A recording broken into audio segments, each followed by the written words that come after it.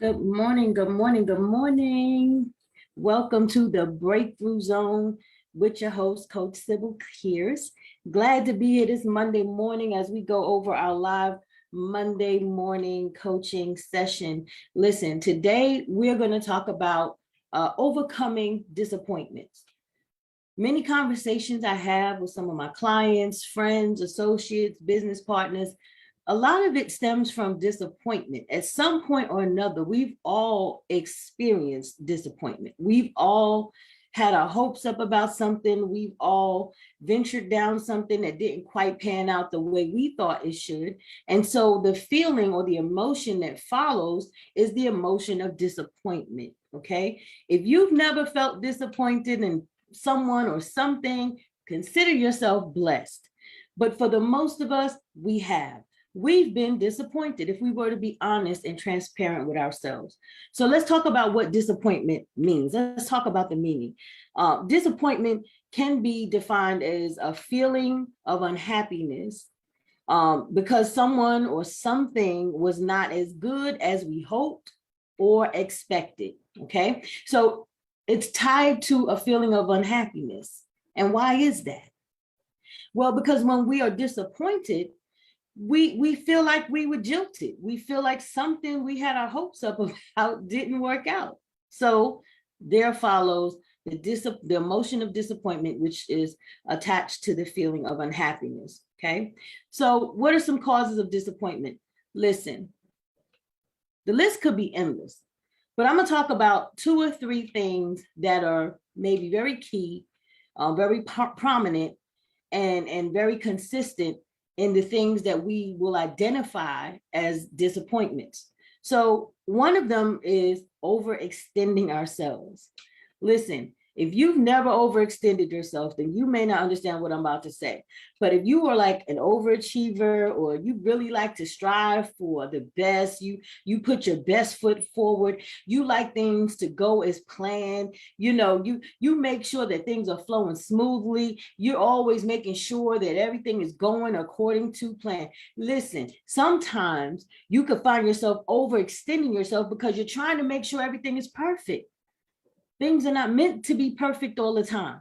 But if you are steadily, constantly finding yourself, putting yourself in a position to make sure that things are as perfect as you believe they should be, you may be in the arena of overextending yourself. Okay. And that does lead to disappointment. Why? Because like I said, nothing is meant to be perfect. Nothing. As much as we would like this perfect world in our minds to exist in reality, the reality is there is no perfect world. There is no perfect life. There is no perfect person. There is no perfect scenario. There's nothing that is more perfect than the fact of accepting the fact that we are imperfect, right? So if you are overextending yourself, whether it's in your job, your family, your coworkers, your loved ones, a project you're working on, your business, your career, in school, overextending yourself should come with the understanding that you place yourself in a possible state of being disappointed. Okay. Another thing is, I don't want to necessarily reference it to childhood disappointments, but having constant disappointment, especially those that happen mostly in our childhood, that can lead us to be in always seeming to be disappointed. We feel unlucky. We feel like nothing works out for us. We have a dismal point of view on life. It's like nothing or no one loves us, and we're always disappointed, even though there's nothing more disappointing than our own personal thoughts, mostly up in here.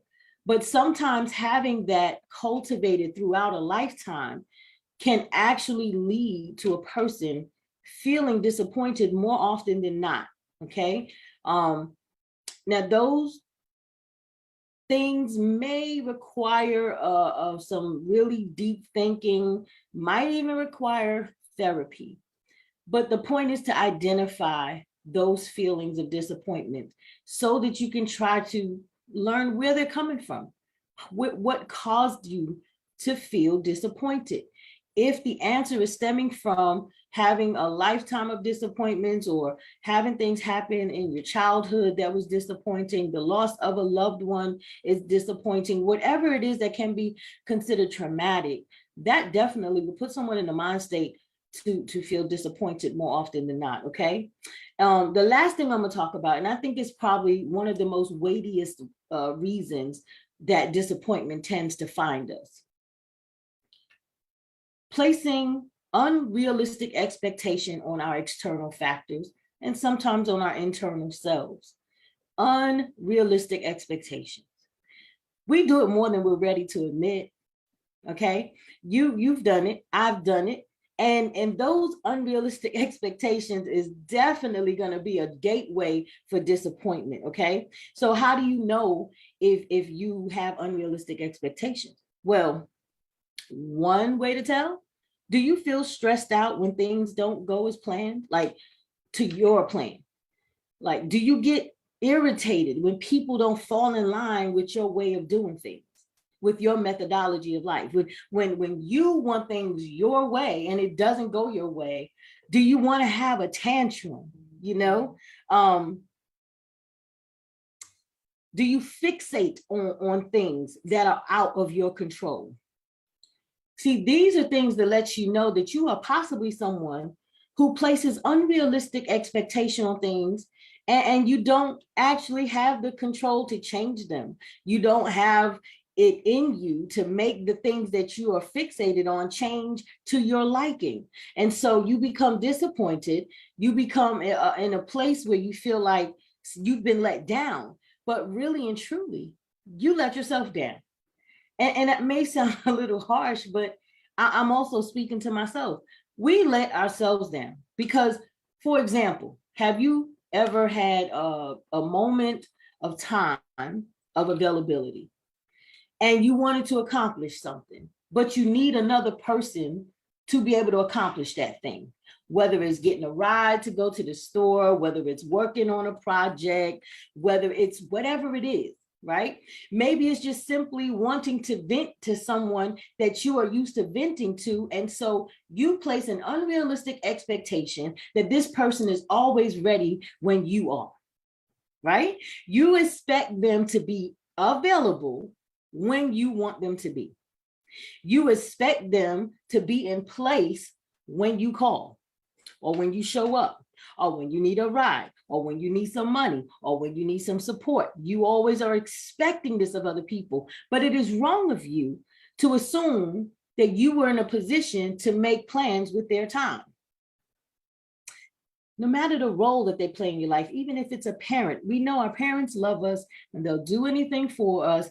They'll want us to succeed, but it would be very presumptuous of me to assume that just because I have time now, you should automatically also have time too. You know, sometimes that happens in dating. You can be dating a person and based off their schedule, they feel that that is the time that you should meet, or that is the time you should go on a date, or that is the time that you should do this or that. It's never something that's on a common ground. It's based off that one-sidedness where I'm available now, so I'm going to assume that you will be available on this day, or you'll be available at this time, because that's my expectation of you. Placing unrealistic expectations on others is very dangerous, but it happens more often than we like to admit. And sometimes we set ourselves up for our own disappointment because we are assuming that other people's time is for us to govern, and that is not the case. Unrealistic expectations we place on ourselves, seeking perfection, wanting to see something in the mirror, looking back at us that's not there. For example, someone who wishes to be taller, someone who wishes that their physical aspects of themselves was different than what they really are. And so every time we go look in the mirror, we desire or expect to see someone else looking back at us. And then when we see who we really are, we feel disappointed. Or another form of internal unrealistic expectation. Let's say you set out to accomplish a goal, but You set your standards a little bit too high than what you are ready to actually reach for. So what do I mean? Let's say you wanted to go play the lottery. The expectation is that you're going to win, that you'll be able to tell your boss or your job or whatever message you want to say on your way out the door, right? You have this expectation that you will win and you want to win big. And so you start wrapping your mind around having all of this money. You start daydreaming about having all of this money, what you will do. You've already purchased your car. You've already moved out your house, all in your mind. Okay. And so now you feel like, hey, I don't have to work as hard at my job because when I hit this, when I get my winning numbers, I'm not going to be here much longer anyway. And then you don't hit. And you still find yourself in the same financial situation you were in before you bought the lottery ticket. You placed an unrealistic expectation on yourself. And it's not to say that you couldn't hit. It's not to say that people don't have those winnings or from the lottery. But the point I'm trying to make is the attitude that followed just because you thought you had a winning ticket when you wasn't confirmed. It wasn't confirmed that you did. And so your attitude changed and you had these expectations. And then when you did not get those numbers, it didn't match the numbers on your ticket, you felt like you lost $1 million. But in truth be told, you didn't lose anything you never had. You cannot lose something you never had. Okay, it's not wrong to dream. It's not wrong to reach for the stars.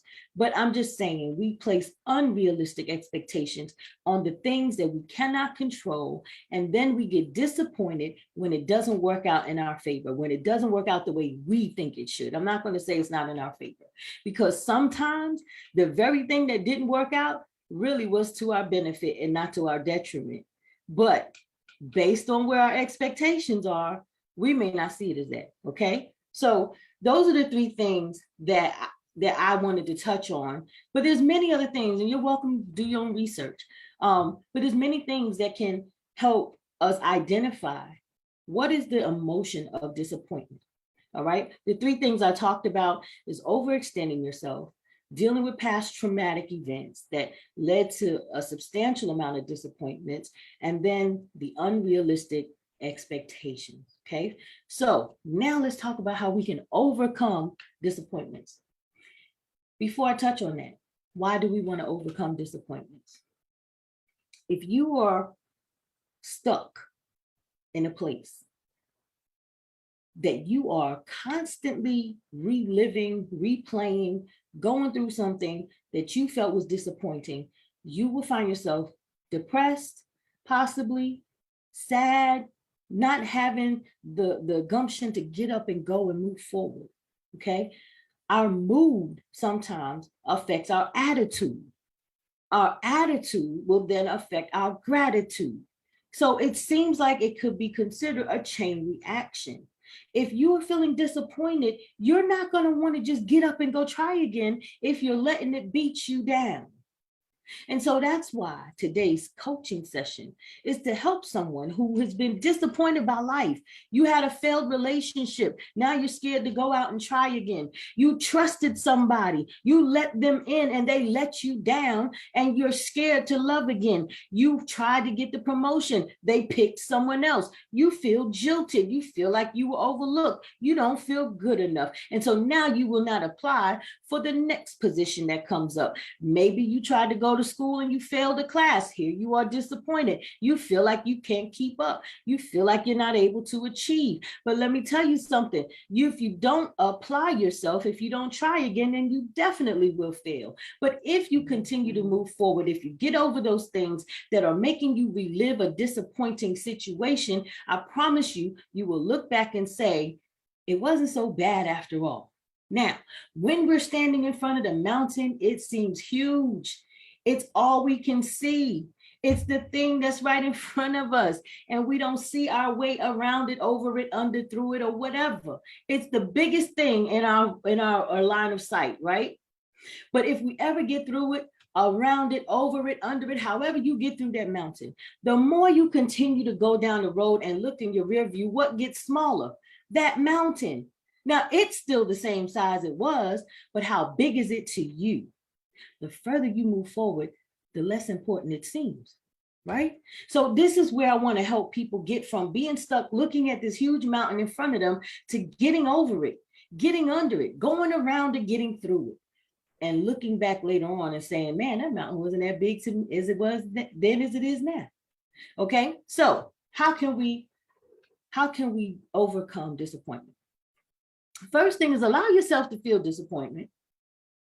Reality is sometimes it's a reality check. Sometimes it's an opportunity to do some self-evaluating. Okay. But don't focus on the thing that disappointed you as much as you do focusing on why it disappointed you. Okay.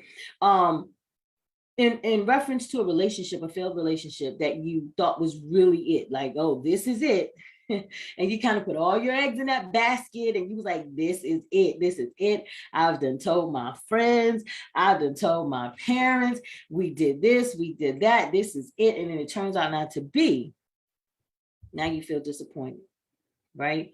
Well, allow yourself that moment to digest and process that. You was disappointed. Okay, now that you've dealt with the fact that you're disappointed, let's talk about why.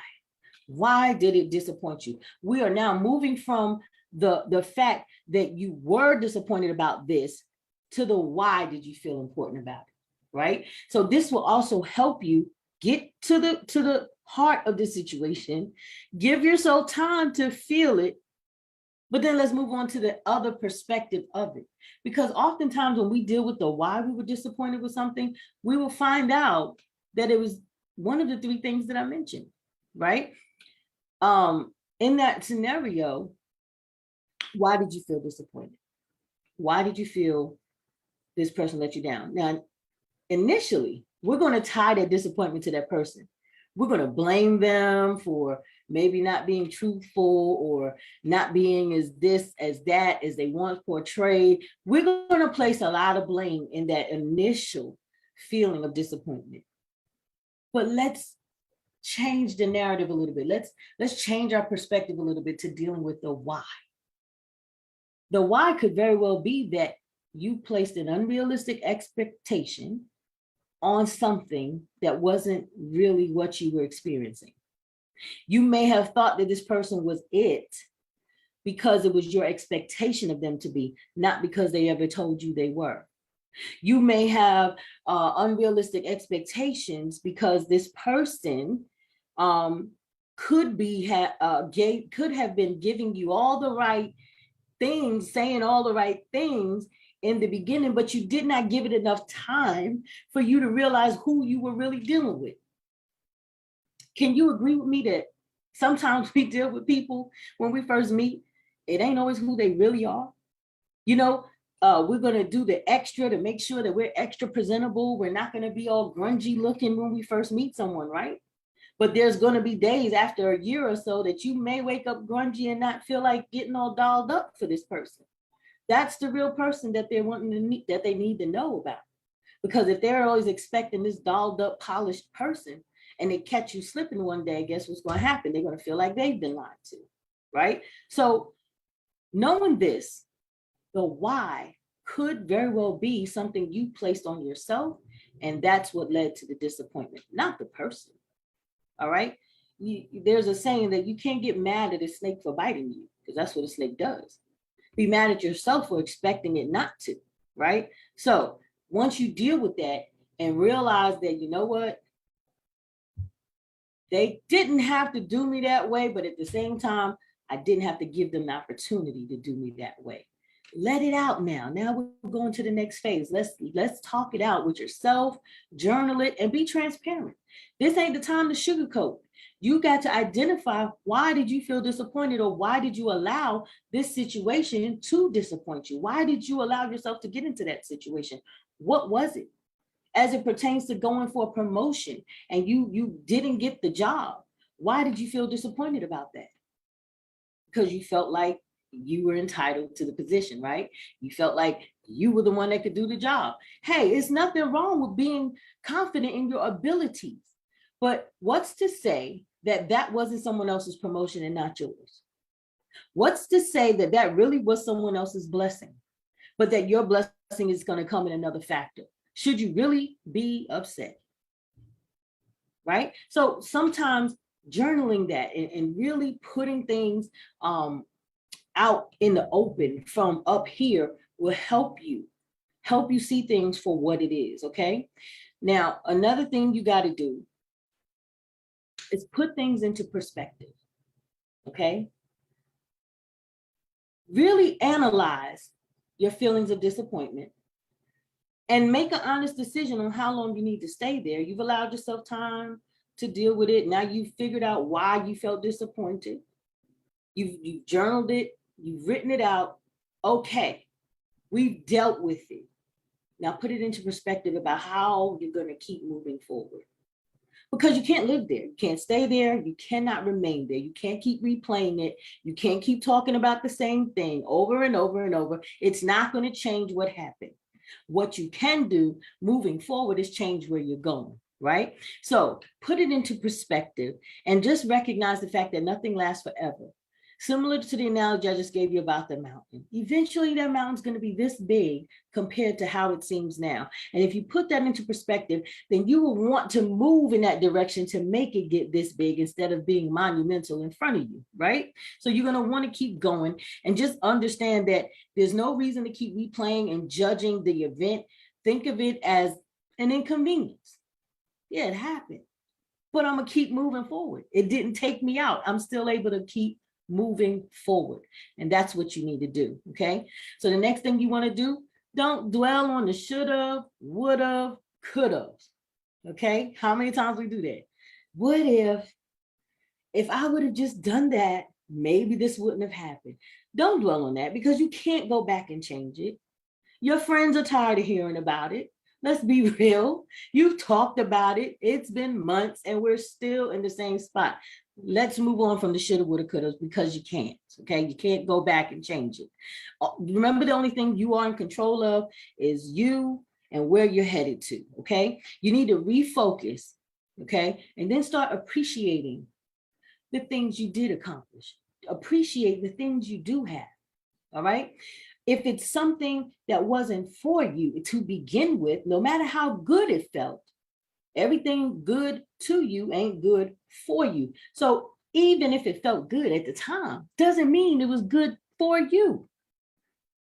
Appreciate the fact that you have been set free from something that could have messed up the rest of your life. Sometimes we have to start appreciating things where we are instead of focusing on the things that we think we should have or we think we should be doing. Okay, so don't dwell on that. And last thing we want to talk about, you have to learn to keep moving forward. It's time to identify your next opportunity, the next thing you're going to work on. What's your next project? What's your next move? What's your next goal? All right, this goal didn't work out, but it's nothing to say that we can't reassess and reshape and refocus and keep going. What's the next move? It's time to bust the next move. What are you going to do? Now you find yourself being motivated to try to look towards something else instead of looking back in the rearview mirror. What's your next move? You felt your emotion. You've identified it. You've identified why you felt disappointed. You've even written it out. You've come to terms with it. You've let it out. Okay. Now you put things into perspective, understanding that this is not how your story ends. This is not your final destination. I'm not going to dwell on what I cannot change, but I will focus on the things that I can. And I am now ready to move forward. And you know what? If you apply those steps to all the things that make you feel disappointed in life, again, my disclaimer, nothing's perfect. Everything is not always going to be as simple, but it's definitely worth the try so that you could get over that hurdle of disappointment, so that you can overcome it, so that you can get your breakthrough and you can move forward to the things that I know is in you to accomplish. All right. Keep an attitude of gratitude for the things that you have. Because the more you focus on the things you have, it makes what you don't have seem less significant. All right. You could focus all day on the things you don't have, and you'll miss the opportunity to appreciate all that you do. A lot of us are way more wealthier than we realize. A lot of us have a lot more going for us than we realize because we're too focused on the wrong things. And sometimes disappointment will cause that focus to not be aligned with the right things. We need to realign our focus, being grateful for where we are, who we are, what we contribute to this world, why we have this life, the people we have impacted, the lessons we learn and the blessings we've gained, and we're still here in the fight. What's your next move? What's your next move? We're not going to stay still for 2022. We're going to move forward. And I'm so proud of you for being here, taking notes, doing everything you got to do to figure out what your next move is, because being disappointed is not going to be your next move. Staying disappointed is not your next move. So get forward, get focused on moving forward so that when you look back, you'll realize that all of this seemed so huge one time. It's not that big of a deal after all, because you've reached for bigger and better things. The more you focus on the better in you, the more better things start happening around you. So keep focused. And I'm telling you, you will look back and be glad that you did. All right. So this is I'm going to conclude today's session of the Breakthrough Zone, where we talked about overcoming disappointments. So if anything was any of this I said today was helpful to you, drop a comment. If you caught it live, say hi. If you caught the replay, hashtag replay for me, okay? I want to know those people who have benefited from anything that I do, because it helps me to develop more content for you in the future. So I look forward to interacting with you.